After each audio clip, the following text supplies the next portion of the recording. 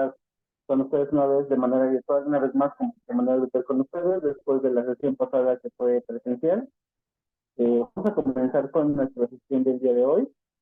Es una sesión especial porque va a ser una sesión doble con dos ponentes en una sola, y la verdad es que no recuerdo muchas sesiones como esta. El tema del día de hoy es epigenética y cardiopatías congénitas. Nuestros dos ponentes eh, son la doctora Nonancy Iracema Pérez Hernández.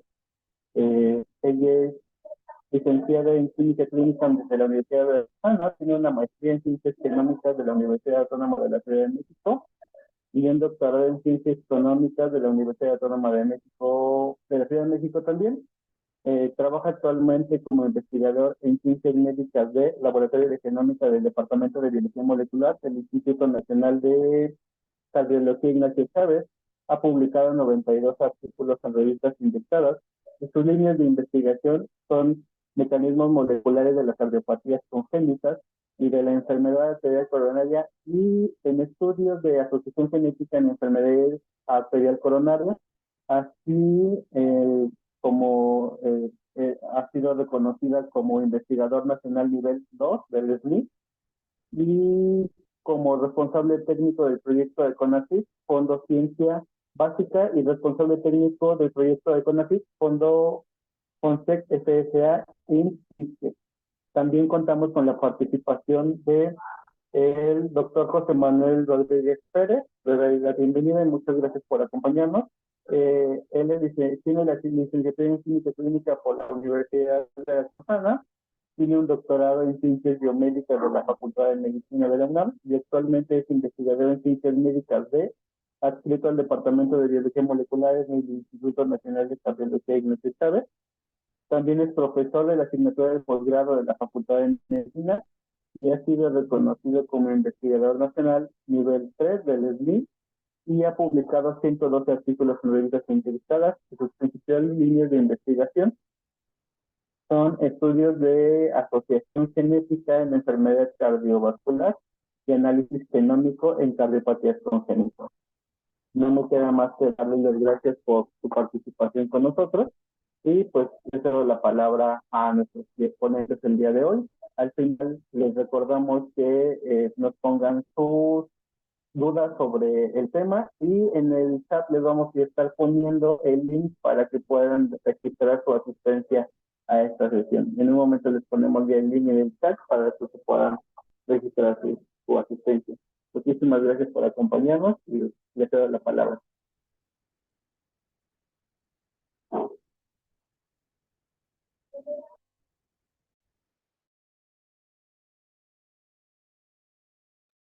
Perdón, gracias por la invitación y gracias por la presentación. Mi nombre es Nonancy. Estoy en el departamento, bueno, tanto yo como el doctor José Manuel Rodríguez nos encontramos en el Departamento de Biología Molecular, aquí en el Instituto Nacional de Cardiología Ignacio Chávez. Yo les voy a hablar, o nosotros les vamos a hablar de la epigenética en las cardiopatías congénitas. Aquí en el instituto actualmente estamos estudiando o abordando el tema de la epigenética, sobre todo en los pequeños que tienen cardiopatías congénitas. También abarcamos algunos adultos, sin embargo, ahorita nuestro interés está más enfocado a estos pequeños. De hecho, estamos haciendo un biobanco con el cual ya contamos un gran número de muestras justo para hacer algunas marcas epigenéticas y también otros estudios de índole molecular. Bueno, para empezar, pues, ¿qué es la epigenética? Existen varias definiciones. Una de ellas la define como el estudio de los procesos que controlan la expresión génica sin un cambio en la secuencia del ADN.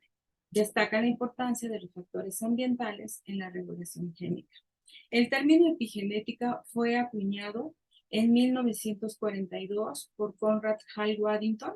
Él definió a la epigenética como la rama de la biología que estudia la interacción causal entre los genes y sus productos, de los cuales emerge el fenotipo final.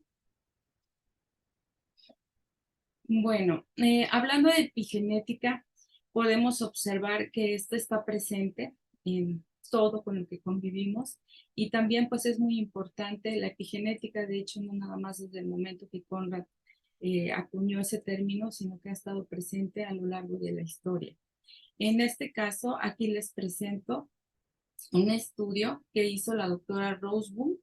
Ella se dedicó a estudiar a las personas ya adultos de más de 60 años que vivieron en Holanda durante la Guerra Mundial. A este periodo de 1944 se le conoce como la hambruna holandesa. Desafortunadamente, en este país, ellos fueron bloqueados en el suministro de alimentos por los alemanes y pues realmente pasaron 6 meses o un poco más de desnutrición y pues de hambruna. De hecho, ellos llegaron a consumir de 800 a 400 calorías diarias, pero al final de este periodo consumían tan solo 230 calorías, ya que pues no tenían alimentos que comer. Su dieta básicamente consistía en papa, betabel, sin embargo, el puré de papa o de betabel, sin embargo, esto en ocasiones les causaba diarrea y pues empeoraba en la desnutrición. En este momento de la hambruna holandesa, pues obviamente había mujeres embarazadas, mujeres lactando, niños y también varones que padecían esta hambruna holandesa. Sin embargo, esta doctora, la doctora Rosewood, se vio muy interesada en las personas o en los niños que vivieron en ese tiempo para ver justo cómo estaba la epigenética de ellos con respecto a esta hambruna que habían pasado. Ella se dio cuenta que el estrés que pasaban o que pasaron las madres embarazadas en ese momento se vio reflejados incluso hasta 60 años después. El estrés durante el embarazo, aunado a las enfermedades y a la malnutrición, pues eso se vio reflejado o heredado, por así decirlo, en los hijos que tuvieron. La doctora estudió a estas personas y vio que 60 años después las enfermedades que más padecían en estos niños que habían sido concebidos en la hambruna son enfermedades cardiovasculares, enfermedades sobre todo también de lípidos y que todo que tiene que ver con el tema cardiovascular. A ella lo llamó las enfermedades del adulto programadas por el medio ambiente. Y lo que ella menciona es que pues el hambre no puede cambiar el ADN, pero una mala nutrición produjo cambios epigenéticos. Otro ejemplo del impacto que tiene la epigenética en nuestras vidas es este otro trabajo, donde vieron los cambios en la metilación del ADN en las plantaciones de soya en Chernobyl. Aquí lo que hicieron estos investigadores es que pues vieron si había algún mecanismo epigenético para que estas plantas se adaptaran a tanta radiación, porque a diferencia de los humanos y los animales, las plantas sí se pueden adaptar al ambiente en donde están y efectivamente lo que vieron es que 27 años después del accidente, pues estas plantas se habían adaptado. Ellos aislaron los núcleos de las raíces de la soya y vieron que en el ADN de estas raíces había rompimientos de cadenas y que expresaban incluso aberraciones cromosómicas y mutaciones germinales. Observaron que hubo una hipermetilación en el ADN de estas plantas y pues precisamente vieron que esto era un mecanismo de adaptación a la radiación. Ellos concluyeron que la metilación de las plantas está asociado al nivel de radioisótopos incorporados. Ya para terminar con los ejemplos, actualmente o más bien recientemente, el doctor Steve Horvath en el año 2013, él descubrió una fuerte correlación entre los patrones de metilación del ADN y la edad cronológica. Él le puso a esto el reloj epigenético, el cual se define como un conjunto de biomarcadores que pueden utilizarse para estimar la edad biológica de un individuo. Desarrolló un modelo matemático que podía predecir la edad de un individuo basándose en los perfiles de metilación del ADN. Observó que ciertas regiones del genoma se metilan más que otras y otras se metilan menos. Entonces, él vio que esto puede ser algo predecible para edad, en cuanto avanza la edad. Los relojes epigenéticos actualmente son muy utilizados, sobre todo en enfermedades como el cáncer. Justo estudian sus patrones de metilación y pues ven incluso hasta las terapias que pueden dar de acuerdo a cómo se presente la metilación en cada uno de estos pacientes. Bueno, los mecanismos de modificaciones epigenéticas que existen están bueno, estos mecanismos regulan el estado abierto o cerrado de las regiones del cromosoma y por tanto controlan el estado activado o inactivado de los genes. Existen algunos mecanismos de modificación epigenética, como lo son las modificaciones de histona, las cuales pueden ser también las acetilaciones, metilaciones y fosforilaciones, la metilación del ADN per se y la regulación del ARN. En este incluso pueden ser por RNA no codificantes largos, microRNAs y RNAs de pequeños de interferencia. En este trabajo que nosotros les vamos a presentar abordamos la metilación. Lo que nosotros hicimos justo fue cuantificar los niveles de metilación de los pacientes con cardiopatías congénitas.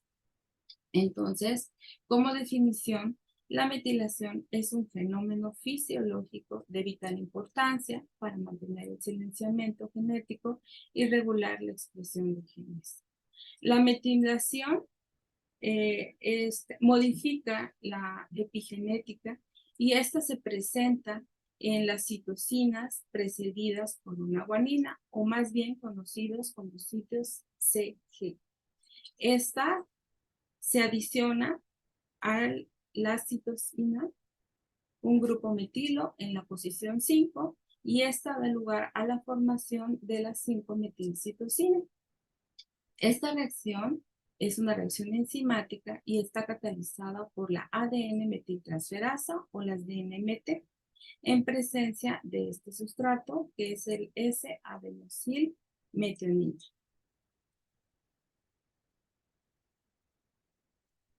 Como les había mencionado, una isla CPG es una región en el genoma con al menos 200 pares de bases y un porcentaje de CGs mayor al 50%. En el 98% del genoma, los sitios CGs están presentes una vez por cada 80 nucleótidos. La metilación desempeña un papel muy importante a lo largo de la vida, ya que logra controlar o regula la transcripción, incluso la impronta genómica, el mantenimiento de la inactivación del cromosoma X y el mantenimiento cromosómico, así como la estabilidad genómica. Aquí podemos observar un sencillo ejemplo de cómo se da la metilación.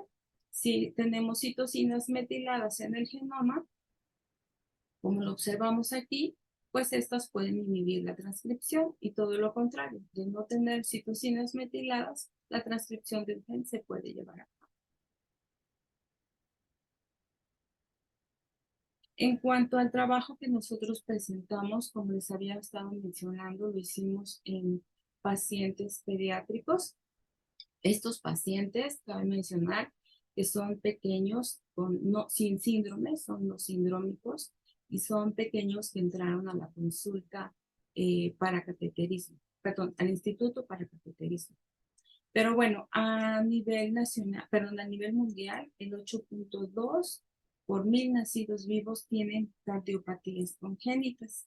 La prevalencia de nacimientos con cardiopatías congénitas más frecuentes en el mundo son CIB, que es la comunicación interventricular, CIA, que es la comunicación interauricular, PCA, que es la persistencia del conducto arterioso, estenosis pulmonar y la tetralogía del falón.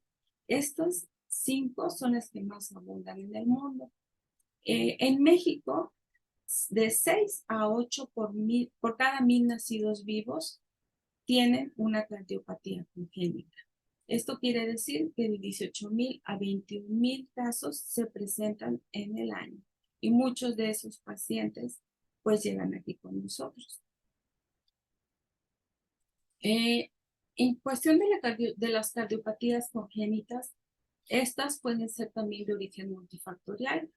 Quiere decir que están implicados tanto lo genético como lo epigenético e incluso el ambiente, como lo podemos observar o como lo estamos estudiando ahorita con la metilación del DNA de estos pacientes. Se sabe que el 80% de las causas de cardiopatías congénitas no sindrómicas son desconocidas. También las sindrómicas son realmente muy poco estudiadas, ya que precisamente estudiar o trabajar con los pequeños, pues a veces es un poquito más complicado que trabajar con un adulto. En este trabajo nosotros estudiamos a todos nuestros niños que llegaban por problemas de comunicación interauricular, por comunicación interventricular, y el grupo que ocupamos de comparación fueron los pequeños que tenían persistencia del conducto arterioso. Persistencia del conducto arterioso es una cardiopatía congénita extracardíaca y tanto CIA como CIB son intracardíacas, son comunicaciones intracardíacas. CIA consiste en que hay una abertura anormal, como podemos observar aquí, en el tabique o septo que separa las aurículas. Por lo tanto, una parte de la sangre que ya está oxigenada, procedente de la aurícula izquierda, fluye a través de este orificio y va hacia la aurícula derecha, como lo podemos observar, donde se mezcla con la sangre que está poco oxigenada, y esto hace que aumente la cantidad total de sangre que va a influir, o más bien dicho, que va a fluir hacia los pulmones.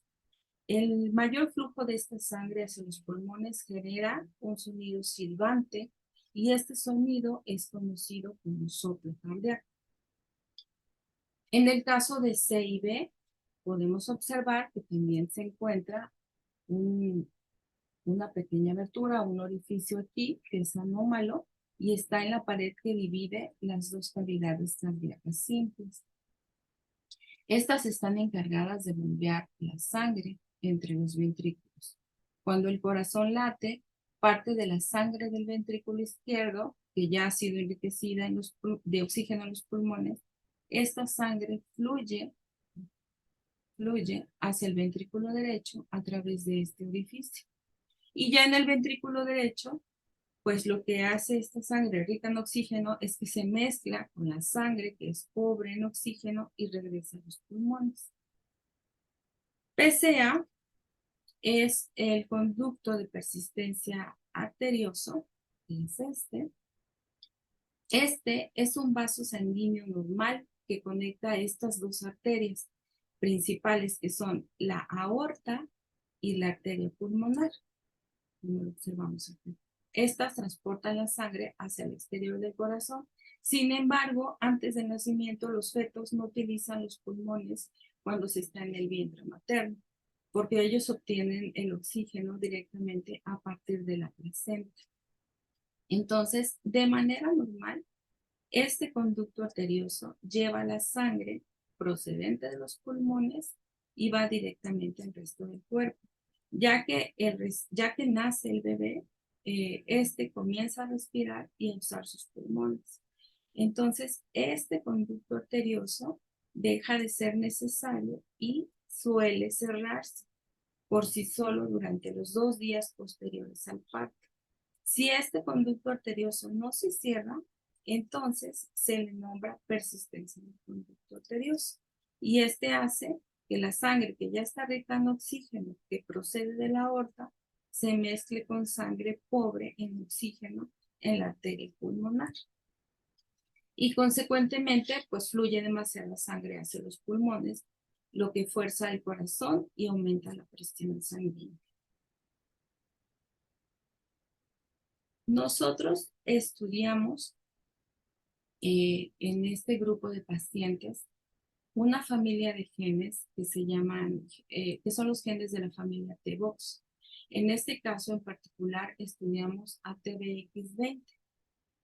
Estudiamos a TBX20 porque pues este está expresado en el tubo cardíaco, en formación y en los tejidos valvulares en desarrollo.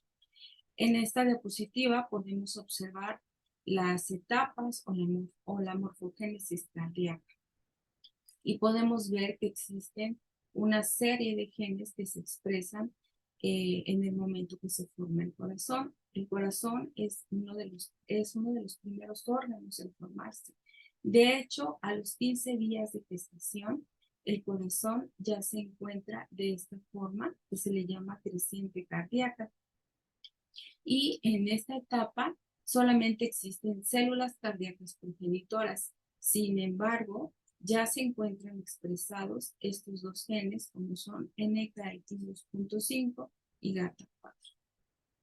Por otro lado, a la tercera semana de gestación, el corazón ya se encuentra de esta manera, que se llama tubo recto o tubo cardíaco. Y aquí podemos observar que las células migran a la línea media de este tubo recto y forman estas dos capas de tejido, una interna que se llama tejido endotelial y la externa que está formado por células miocárdicas. Aquí podemos observar que se expresan igual los genes NKX2.5, GATA4 y ya se empiezan a expresar los genes de la familia TBOX, como lo son, TBX1 y TBX5. A la cuarta semana de gestación, el corazón se le llama corazón primitivo. Este ya tuvo una torsión y rotación a la derecha. Pasan las aurículas por encima de los ventrículos a partir del sitio que se encuentra acá, donde emergen las arterias del tracto aórtico. Aquí podemos observar que igual ya se expresan mucho más genes que participan en la formación del corazón.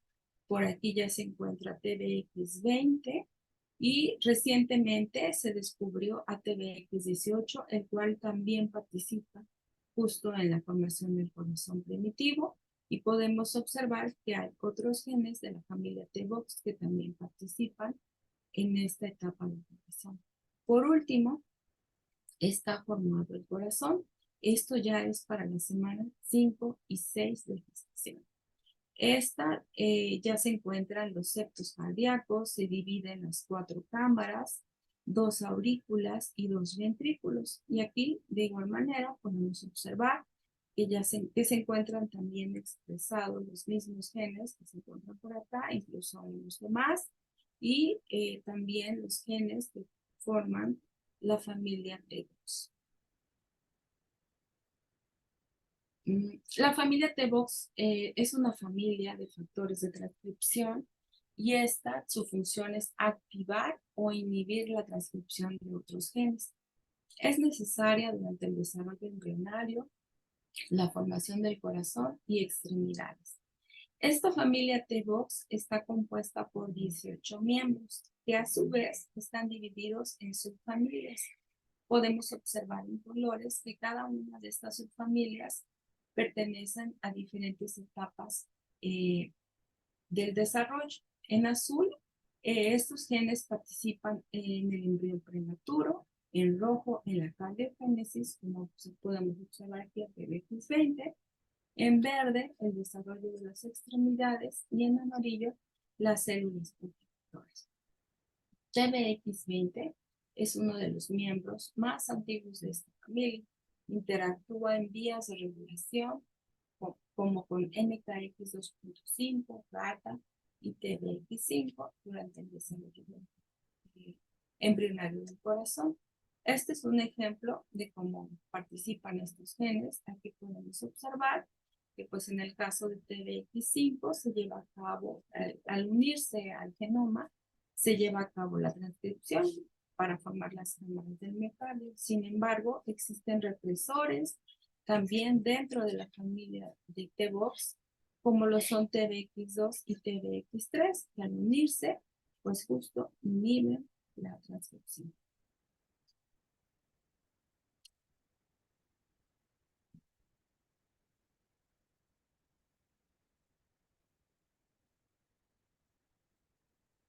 Bueno, TBX20 se encuentra en el cromosoma 7 en el brazo corto, en la región 14.3.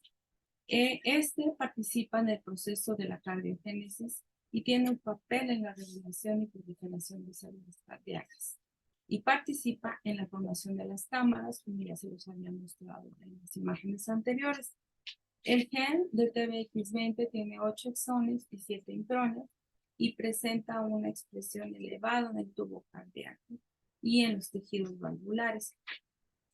A quien reprime TBX20 es TBX2 en las cámaras y precisamente para restringir la expresión en el canal atrioventricular.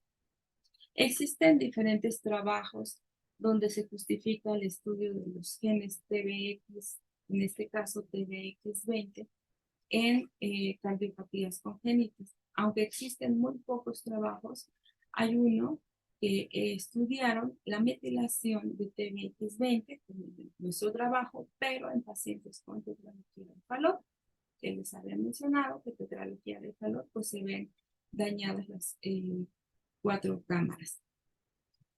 En este caso, en este trabajo, investigaron justo si existe una asociación entre la metilación en el promotor de TBX20. Aquí solamente estudiaron 2 islas CPG.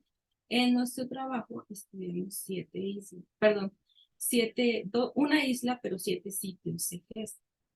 Bueno, en este trabajo midieron el RNA mensajero en estos pacientes con tetralogía y lo compararon contra controles. Y observaron que TBX20 se expresa más en pacientes que en los controles.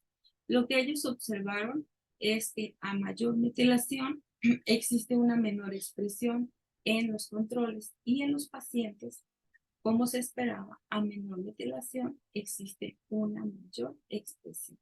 Y entonces lo que concluyeron fue que el nivel de metilación a la baja en este promotor de TBX20 puede ser responsable de una elevada cantidad de RNAs mensajeros en estos pacientes con tetralogía. Otro de los trabajos que hicieron es estudiar la metilación en la hendidura orofacial no sindrómica. Aquí estudiaron a pequeños con paladar hendido o labio leporino y también, al igual que en nuestro trabajo, ellos compararon por entidades, ya que es muy complicado en ocasiones obtener un control de un niño sano y sobre todo una muestra.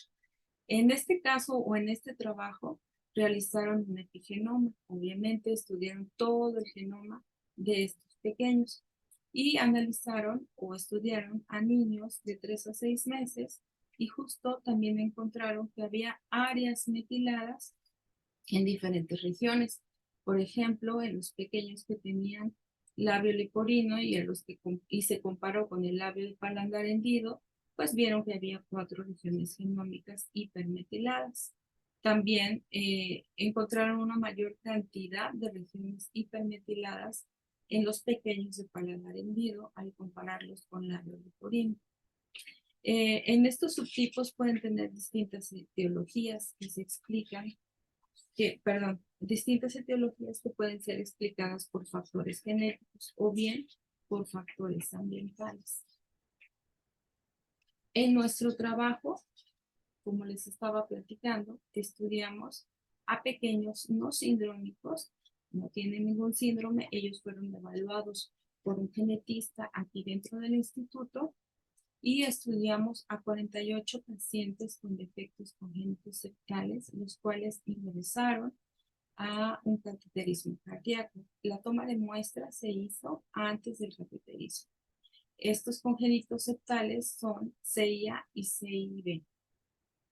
Y como grupo de comparación utilizamos a 104 individuos con persistencia del conducto arterioso, que es una persistencia extracardíaca.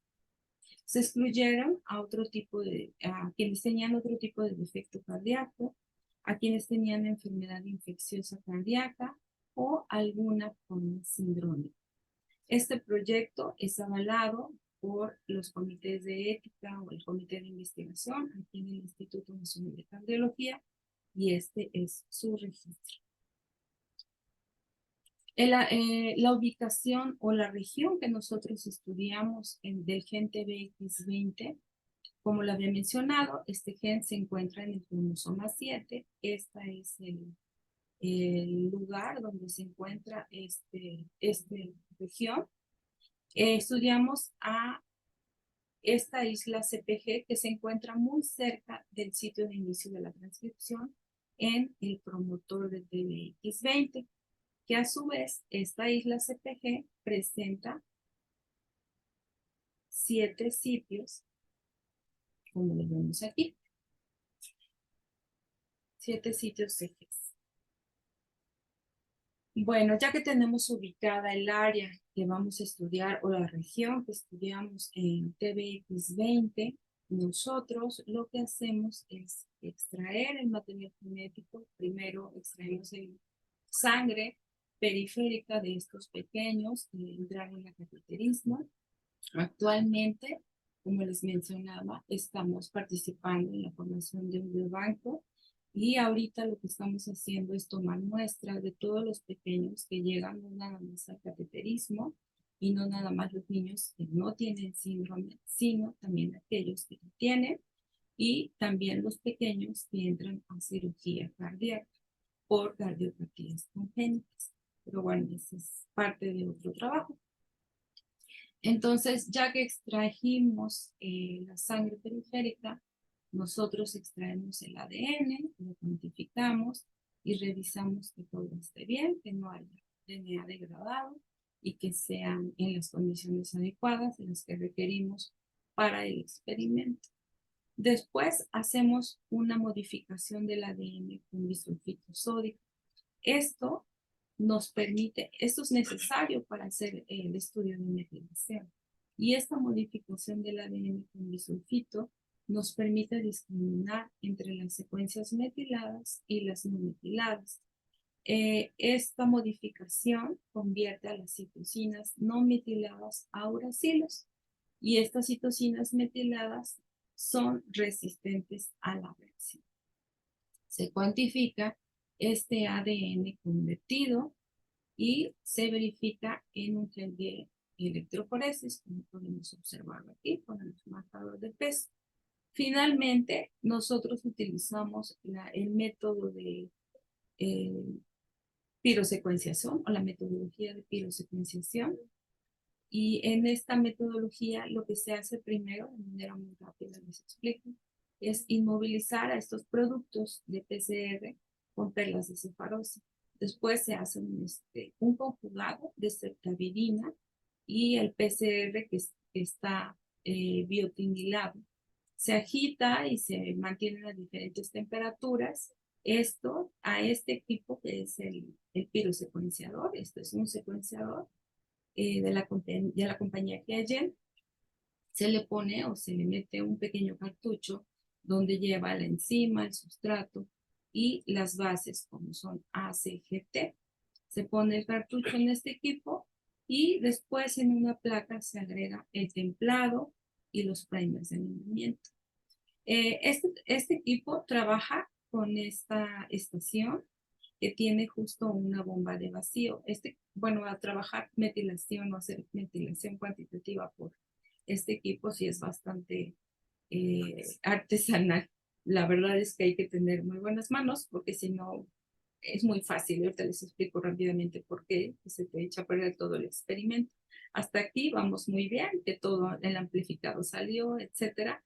Sin embargo, aquí tiene esta estación y un pequeño, esto que se llama manifold. Esta es la bomba de vacío. Y se enciende esta bomba de vacío, se manipula el manifold dentro de la placa con los productos de PCR que ya tenemos. A través del manifold se succiona con la bomba de vacío prendida y se succionan todas las reacciones. Se realizan varios lavados en esta estación, como se logra ver aquí. Uno de ellos es con etanol, buffer desnaturalizante, buffer de lavado. Y después de unos segundos se saca este manifold, se deja secar al aire por unos segundos y estas perlitas que se quedaron en cada uno de los capilares del manifold se liberan en una placa de reacción y es cuando se apaga la bomba de vacío. Ahí es donde hay que tener cuidado porque si no, pues todo vuela, todo se te va. Entonces, ya después que tenemos todo esto en la placa, se desnaturaliza con temperatura y se mete al equipo. El pirosecuenciador, por cada incorporación de nucleótidos, libera una molécula de pirofosfato, por eso se llama así. Y esto hace que ocurra una reacción en cascada de enzimas que genera una señal luminosa. Y esto es proporcional a la cantidad de pirofosfato liberado. Entonces, la señal de luz que se muestra como un pico en el trazo de los pirogramas, que así es como se expresan, este trazo de pirograma muestra la secuencia del ADN de la cadena complementado de la otra plantilla. Así es como funciona el pirosecuenciador. Bueno, ahora doy paso al doctor José Manuel Rodríguez, que es quien les va a platicar sobre los resultados y las conclusiones de nuestro trabajo.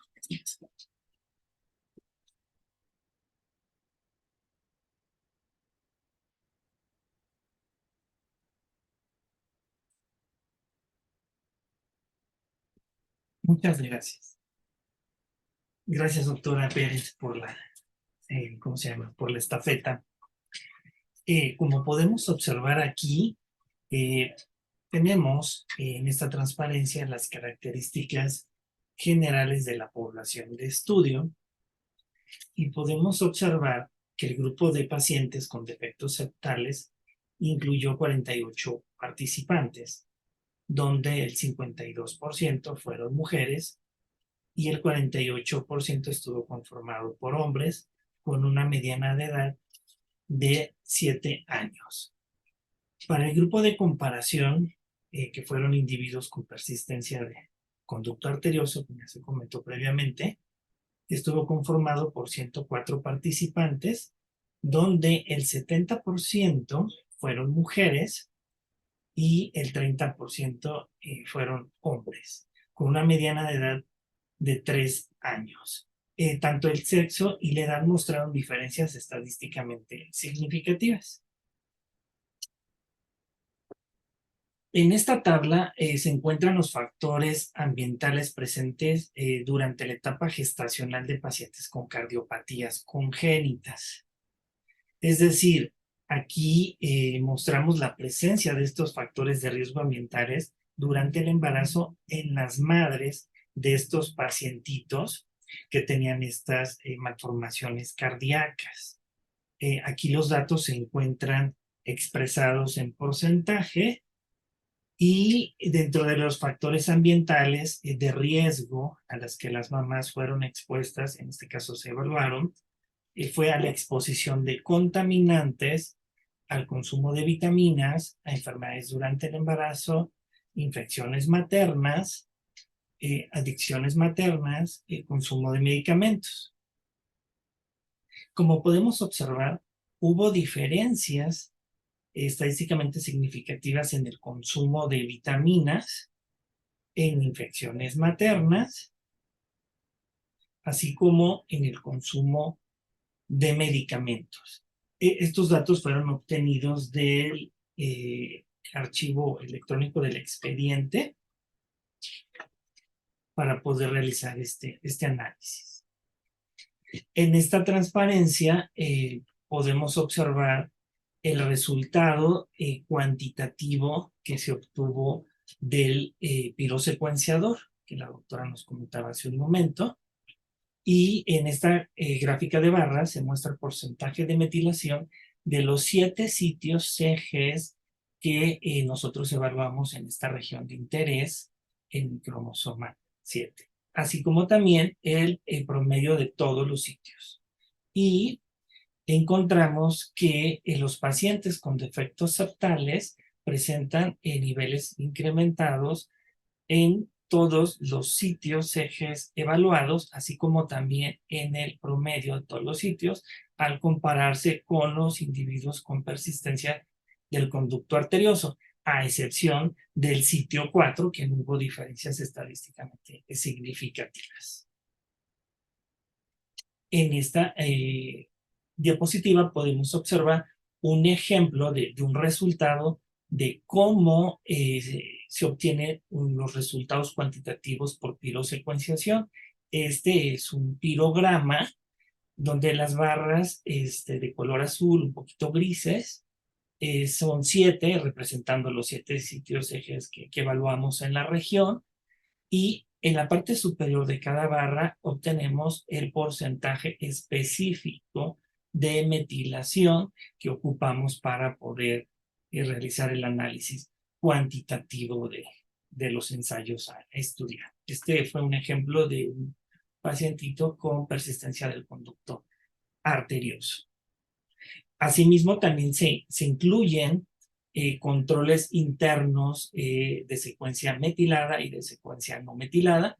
Para fines de esta presentación no las incluimos, solamente un ejemplo de un pirograma.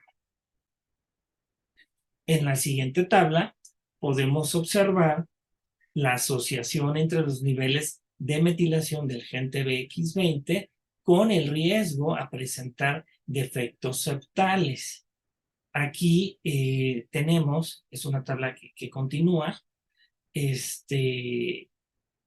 los 7 sitios ejes, así como el promedio de los sitios, fueron estratificados por cuartiles, en donde se tomó como referencia el cuartil de menor nivel de metilación, que se ocupó para compararse contra el resto de los cuartiles y así poder obtener la asociación a riesgo para la enfermedad, en este caso de efectos septales.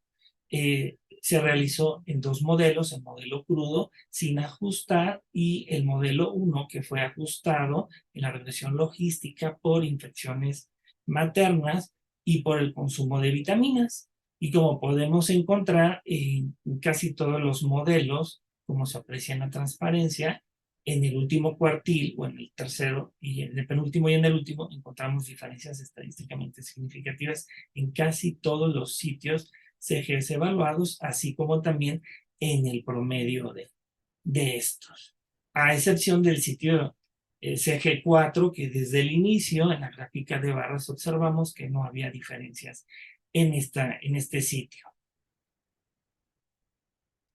Por lo cual, posteriormente realizamos un análisis en curva ROC con la finalidad de obtener un valor predictivo para la presencia de defectos septales por los niveles de metilación de este gen que observamos previamente, y lo cual obtuvimos un área bajo la curva cercana al 70%, con un intervalo de confianza del 95%, entre 0.58 a 0.77, con un valor de P estadísticamente significativo.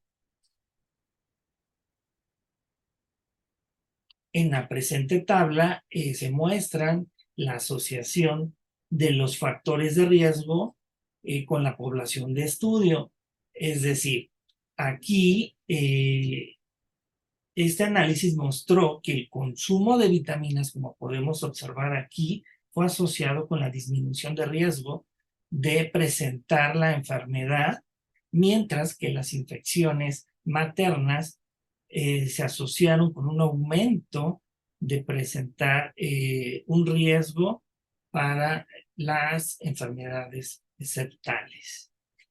Posteriormente realizamos un análisis bioinformático o un análisis in silico para predecir algunos sitios de unión para factores de transcripción que se encuentran en la región que nosotros evaluamos por pirosecuenciación, la cual aquí podemos observar, y encontramos que este factor de transcripción BHLH está involucrado de manera específica en el desarrollo cardiovascular, particularmente en la represión de otros genes de expresión temprana cardíacos, como es GATA4 y TBX2.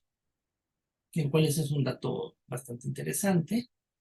Posteriormente, siguiendo esta dinámica de análisis de interacción entre genes cardíacos, buscamos el producto final, es decir, cómo interactuaba la proteína con proteínas dentro de este compendio de genes cardíacos, y también fue un análisis in silico, y podemos observar que aquí está nuestro gen maestro, que es el que estamos estudiando, y está formado por diferentes colores y están orquestando diferentes redes de interacciones de proteínas, en donde el color azul, que aquí está mezcladito, aquí se ve también mezclado y aquí se ve por completo, participa de manera específica en procesos biológicos, como podemos observar, en la formación de cámaras cardíacas. Estos genes, particularmente estas proteínas, TBX20, NKX2.5 y HAN2. En color rojo se muestran igual esta interacción que impacta sobre la formación septoatrial, y nuevamente vemos que nuestro gen TBX20, como con otros genes que previamente ya hemos mencionado, también se encuentran bajo escena activa. Y en color verde, claramente aquí vemos a GATA6, son genes asociados a la enfermedad, particularmente, a defectos atrioceptales. Por último, en color amarillo se encuentran también genes involucrados asociados a patologías, defectos septoventriculares. Y nuevamente, estos factores de transcripción. Esto nos está diciendo que, aunque sea un análisis in silico bioinformático, tienen vías o redes de interacciones que están participando en el proceso y que ya fue evidenciado con el análisis epigenético que realizamos previamente. Aquí mostramos la correlación de los niveles de metilación del gen TBX20 respecto a la edad. Y como se observa en el panel A y en el panel B, los pacientes con defectos septales y los individuos con persistencia del conducto arterioso mostraron una moderada correlación positiva con la edad. Por otro lado, que aquí no lo mencioné, no lo mostré, también se analizaron las correlaciones entre los grupos de estudio con el sexo, y observamos una correlación moderada positiva también en mujeres, pero no fue significativo en los hombres en el grupo de pacientes no septales. Finalmente, también de manera similar, se encontraron correlaciones en mujeres y en hombres en el grupo de individuos con persistencia del conducto arterioso.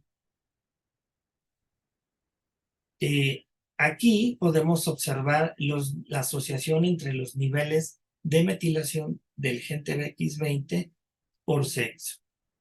En esta figura se representa el promedio, el análisis del promedio de los niveles de metilación entre el sexo y los grupos de estudio. Y aquí observamos diferencias significativas en mujeres que son pacientes con defectos septales al compararse con mujeres del grupo de pertenecen a la persistencia del conducto arterioso. ¿Qué podemos concluir hasta el momento? La verdad es que todavía hay mucho trabajo por hacer en este tipo de entidades que son tan prevalentes. Sin embargo, hasta el momento, nuestros resultados sugieren que los niveles altos o elevados de metilación en este gen están asociados con los defectos septales congénitos. También logramos identificar algunos factores de riesgo ambientales que pueden ser usados como marcadores de riesgo o protección para el desarrollo de estas patologías. Estos hallazgos actualmente contribuyen a un conocimiento relevante en el campo epigenético implicado en la patogénesis de los defectos septales. Sin embargo, es importante aclarar que todavía se deben realizar más estudios para confirmar estos hallazgos, ya que todavía falta mucho por estudiar. Pues les agradezco sus atenciones y finalmente, pues aquí un panorama un poquito corto de lo que estamos trabajando, y queremos agradecer principalmente a todos los pacientes y a sus familiares por toda la disposición y toda la confianza que han tenido hacia el Instituto Nacional de Cardiología para poderlos apoyar en su mejoría clínica, asesoría y demás. Principalmente al Departamento de Cardiología Pediátrica, dirigido por el doctor Juan Calderón, acompañado del doctor Juan Pablo Sandoval y por supuesto del doctor José Antonio García Montes.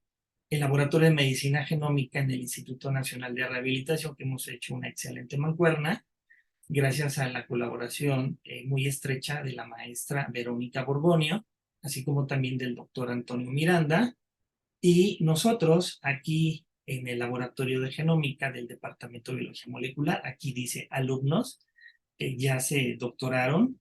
La doctora García Flores fue parte de sus resultados para la obtención del grado de doctora.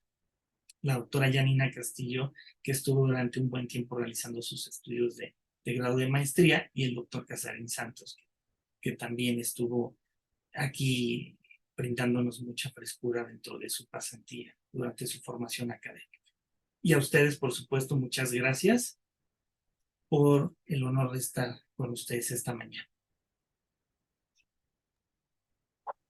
Pues muy bien, le agradecemos muchísimo a la doctora Nonancy y a usted, doctor José Manuel, por la plática tan interesante que nos acaban de dar. La verdad es que es un trabajo que todavía falta mucho por recorrer y ha dado buenos resultados por lo que estamos viendo. Tenemos preguntas, las vamos a leer. La primera es, ¿han estudiado las modificaciones posttransduccionales de las histonas en este padecimiento? No, desafortunadamente ahorita no las hemos estudiado. Obviamente es un trabajo que, aunque ya lleva algunos años, también por logística y todo eso decidimos empezar con las investigaciones. Sin embargo, pues está dentro de los planes estudiar este tipo de modificaciones. Por lo pronto vamos a empezar a estudiar mirnas y tal vez algunos sirnas en estas muestras, ya que como les había comentado, tenemos ya en nuestro biobanco pues muestras biológicas, tejidos realmente muy pocos, pero tenemos ya plasmas para hacer este tipo de estudios. Ok, tenemos otra pregunta. Dice, ¿dentro de su grupo de estudio incluyen a pacientes con alteraciones en la válvula o con acortación de aorta? ¿Con pacientes con qué, perdón, no le entiendo? ¿Con alteraciones en la válvula o con acortación de la aorta? Coartación. Todavía, en este trabajo no los incluimos, solamente fueron tanto CIA, CIB y el grupo de comparación PCA. Sin embargo, en los pacientes que ya tenemos en el biobanco, sí incluimos a todos estos pacientes que usted menciona y otros más, de hecho, tetralogía de Fallot, estenosis, etcétera. Sí, ya los tenemos, sin embargo, todavía no los estudiamos. Ok, me surge una duda. Los criterios de determinar la edad para los pacientes, ustedes marcaban que tienen una edad aproximadamente de 7 años los pacientes. ¿Es un promedio o es un criterio de exclusión? Es un promedio. Y si hay alguna característica específica por la cual se trabaje con pacientes pediátricos o también se puede hacer este estudio en pacientes adultos.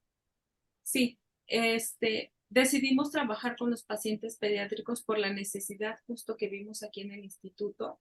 De hecho, nos asombró mucho un comentario que nos hizo el doctor Cervantes, que es jefe cirugía cardíaca, que hay más pacientes con cardiopatías congénitas que pacientes infantiles con cáncer o oncológicos. Y obviamente, pues el abordaje que se da es muy diferente. Muchos de estos pacientes con cardiopatías congénitas pues no llegan a un lugar como este y pues el tratamiento o la historia de estos pequeños pues es diferente a la de otros pacientes. Pero que ya me fui me desvío un poco de la pregunta. No, sí, empezamos por este sector Sí. pediátrico de población por la relevancia que comenta la doctora, básicamente Sí. la alta prevalencia. Sí. Sin embargo, también, si mal no recuerdo, 1 o 2 días a la semana llegan población adulta, cardiópata, que no fue atendida o solo se dio el diagnóstico, pero progresó y ya en la etapa adulta es más complicado porque ya pueden incluso desarrollar una hipertensión pulmonar. Entonces hay que hacer procedimiento quirúrgico ya. Sí, de hecho desde los pequeños pueden desarrollar hipertensión. Obviamente, justo lo que decía de la edad, ya tomé la idea, es por la necesidad que hay aquí en el instituto. Llegan pacientes desde 2 días de nacido y a los 2 días de nacido se tienen que operar. Son historias así muy tristes y también llegan muchos pacientes adultos, como bien lo comenta el doctor.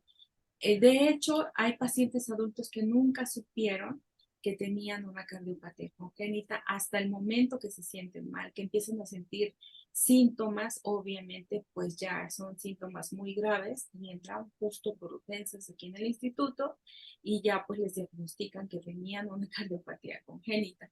Desafortunadamente muchos llegan a la hipertensión, pero sí se toman todo el grupo que nos llegue. Sin embargo, para este tipo de estudios sí tratamos de estratificar un poco de acuerdo a la edad que tenemos.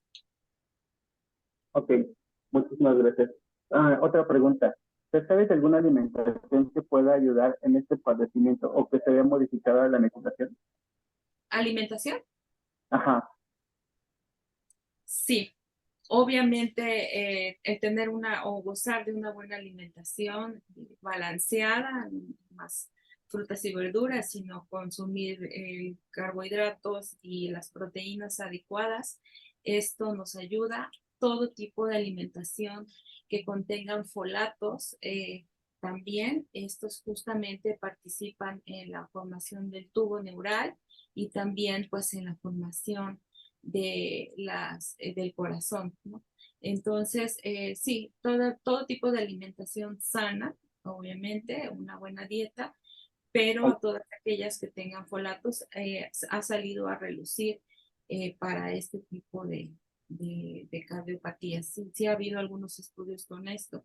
De hecho, ahorita que estamos en lo del biobanco, que estamos juntando más pacientes y recabando mucha información, nosotros aplicamos un cuestionario clínico a las mamás de estos pequeños, que es como el trabajo que presentamos.